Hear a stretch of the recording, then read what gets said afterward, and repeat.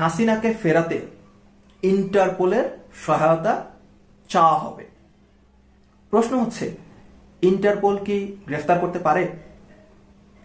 Interpol কি আসলে? Interpol কিভাবে কাজ করে?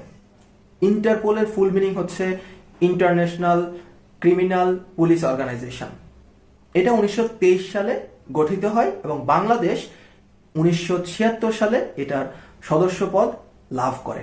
বর্তমানে এটার 196টা সদস্য দেশ রয়েছে। বলে রাখা ভালো, ইন্টারপোল কাউকে গ্রেফতার করতে পারে না বা গ্রেফতার করে না। তারা আসলে মূলত করেটা কি? তারা মূলত যেটা করে সেটা হলো বিভিন্ন দেশের পুলিশকে তদন্তে সহায়তা করে, তথ্য দিয়ে উপাত্ত দিয়ে তদন্তে সহায়তা করতে পারে। এছাড়া ইন্টারপোল সরাসরিভাবে কাউকে গ্রেফতার বা গ্রেফতারি পরোয়ানা জারি করতে পারে না। তাহলে হাসিনাকে ফেরাতে ইন্টারপোলের যে সহায়তা চাওয়া হবে সেটা মূলত তদন্তে সহায়তা চাওয়ার কথা মিন করা হয়েছে।